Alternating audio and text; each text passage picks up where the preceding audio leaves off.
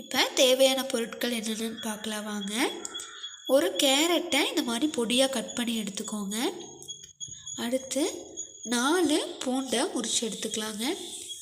5 பச்சை மிளகாயை கட் பண்ணி எடுத்துருக்கேங்க. சின்ன வெங்காயம் 1 கப்புங்க. அடுத்து 2 தக்காளி பழம், மிளகு, சீரகம். இந்த டம்ளரில் 3 டம்ளர் அரிசியும் 1 டம்ளர் துவரம்பருப்பு எடுத்துருக்குதுங்க. அதனால் 1 டம்ளர் அரிசிக்கு 2.5 டம்ளர் தண்ணி சேர்த்திக்கலாங்க. எடுத்து நல்லா கழிஞ்சிட்டு ஊற வச்சுருக்குங்க.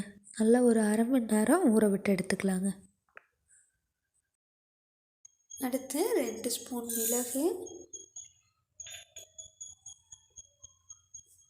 2 ஸ்பூன் சீரகம்.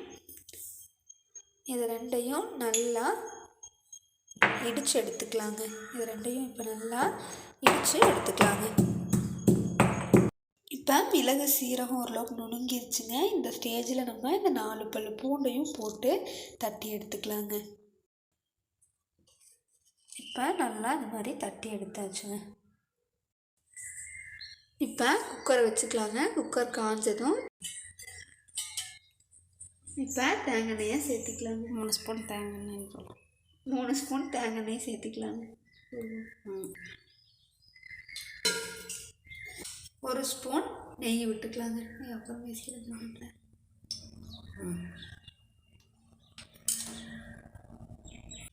எண்ணெய் காஞ்சதும் கடுகு சேர்த்திக்கலாங்க. கடுகு உளுந்த,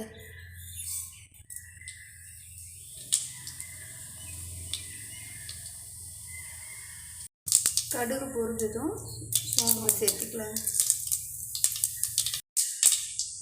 இப்போ வெங்காயத்தை சேர்த்துக்கலாம்.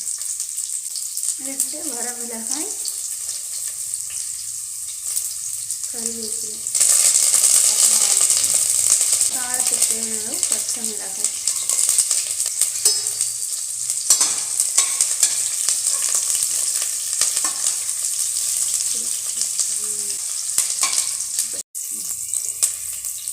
இப்போ தக்காளி பழத்தை சேர்த்திக்கலாம். 2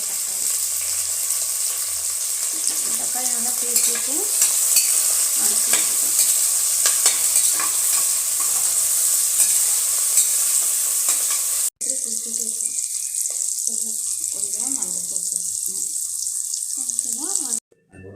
கொஞ்சமாக 1/4 டீஸ்பூன் மஞ்சத்தூள் சேர்த்திக்கலாங்க.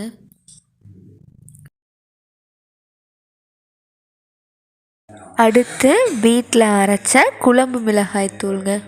காரத்துக்கு தகுந்த மாதிரி சேர்த்திக்கோங்க. நாங்கள் 1 ஸ்பூன் சேர்த்திக்கிறோங்க. சேர்த்து நல்லா வதக்கி விட்டுக்கோங்க. வதக்கிட்டுங்க நம்ம இடித்து வச்ச மிளகு சீரகம் பூண்டை இது கூட சேர்த்திக்கலாங்க.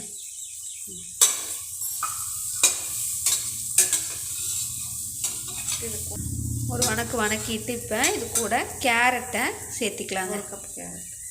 1 கப்பு கேரட் சேர்த்திக்கலாம்.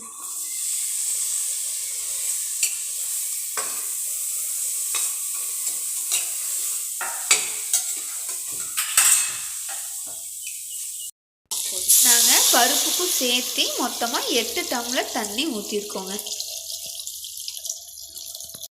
இப்போ தேவையான அளவுக்கு உப்பு சேர்த்திக்கலாங்க. கலக்கி விட்டு உப்பு கரெக்டாக இருக்கான்னு வேணால் செக் பண்ணிக்கோங்க. இப்போ கொஞ்சமாக பெருங்காயத்தூளை இது கூட சேர்த்துக்கலாங்க. இப்போ தண்ணி நல்லா கொதிச்சு வந்துருச்சுங்க. இப்போ நம்ம அரிசியும் பருப்பையும் இது கூட சேர்த்திக்கலாம். சேர்த்து விசில் விட்டு இறக்கிக்கலாங்க.